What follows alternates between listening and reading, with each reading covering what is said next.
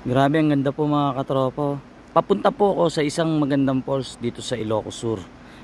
Hindi ko lang po alam kung ano pangalan. Mamaya aalamin ko po kung ano pangalan ng falls. Tapos tingnan nyo po yung mga nadaanan kong lugar. Napakaganda. Tingnan nyo naman. Pero yung falls na pupuntahan natin, abangan nyo. Sigurado ma-amaze din kayo sa ganda. Tingnan nyo po, ito yung binabaksakan ng falls. Yung tubig na yan. Di ba napakaganda ng lugar? Ay, ang ganda. Mula po doon sa pinaradahan ko, maglalakad lang po kayo siguro ng almost 5 minutes. Talaga palang maganda. Ayun, no? Dalawa sila. Pero tingin ko yun yung magandang falls, yung mataas na yun. Tapos meron na siyang daan. Kaso nga lang, hindi siya dinarayo. Dahil nga siguro walang gano'ng nakakalam. Pero ngayon, marami na makakalam. Sa Ursadan po, sa may tulay, kakaliwa kayo. Doon po yung daan. Barangay Ursadan sa Ilocos Sur po. Papuntang Cervantes. Napakaganda, pero syempre mas makikita natin yung ganda niyan pag nandun na tayo sa falls mismo. Pero dito pa lang sa daan, mapapansin nyo, malamig. Sa maganda talaga. Ito po, tuktok ng bundok to. Talagang pahirapan, ultimong sasakyan, pahirapan sa pag-ahon dahil sa sobrang tarik. Grabe, ganda talaga. May tanim silang palay dito, no? Tapos nakita nyo may hose po. Katulad din sa Bulacan na gumagamit sila ng hose, nakarekta sa mga talon para magkatubig. Galing, ang ganda. Unti-unti na nating nalalapitan ng magandang falls. Ayun yung isa at yun ang isa. Konting lakad na lang siguro. Ngayon nakaka 10 minutes na tayong paglalakad. Ganda. Puro maganda na lang lumabas sa bibig ko. Neto yan na po mga katropa. Palapit tayo ng palapit. Habang lumalapit, lalong gumaganda. Napakagandang falls, grabe.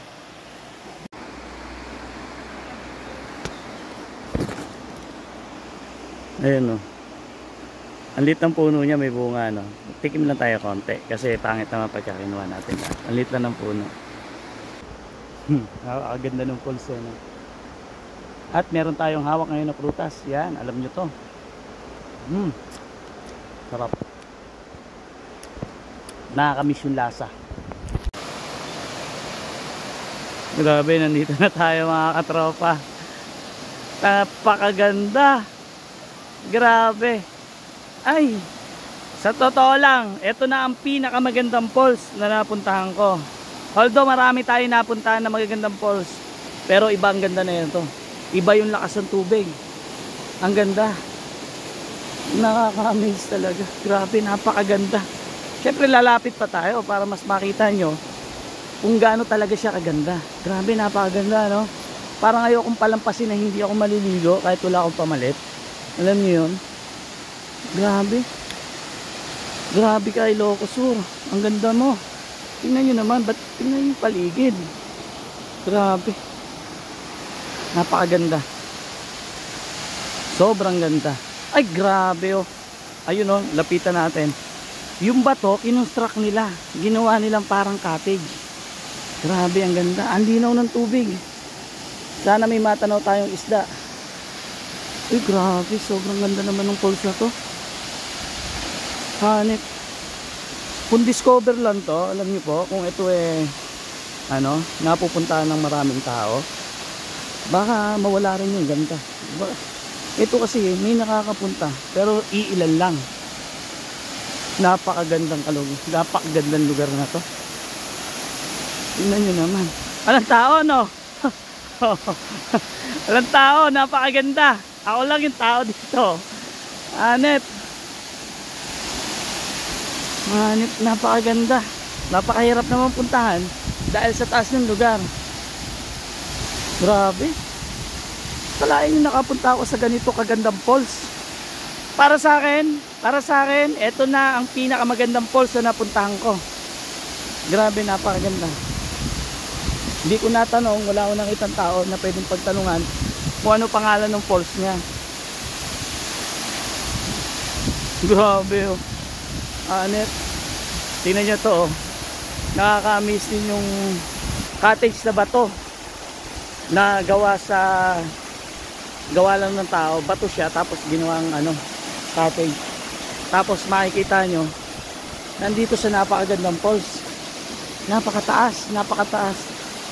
Napakalakas ng agos. Ganyan yung tsura ng cottage yan. Ang gara, no? Oo. Napakasarap dito. Dadaling ko yung team dito para ma-experience nila itong napakagandang falls na to. Grabe. Maliligo ako. Hindi ko palalagpasin to. Napakaganda. Sino kaya nagbilang? Kung ilang beses ko sinabi yung maganda, ganda, napakaganda. Sino kaya yung nagbilang? Tsak na may nagbilang sa inyo eh. Kung ilang beses ko sinabing, napakaganda, ang ganda dito, ang ganda. Puro ang ganda na lang na maririnig nyo dahil ang ganda naman talaga. Oh. Sige, sabi, pag may nagsabing hindi maganda, ayaw ko na. Napakaganda. Lalo na sa personal. Napakaraming ko na sinabing, napakaganda. Puro ganda na lang.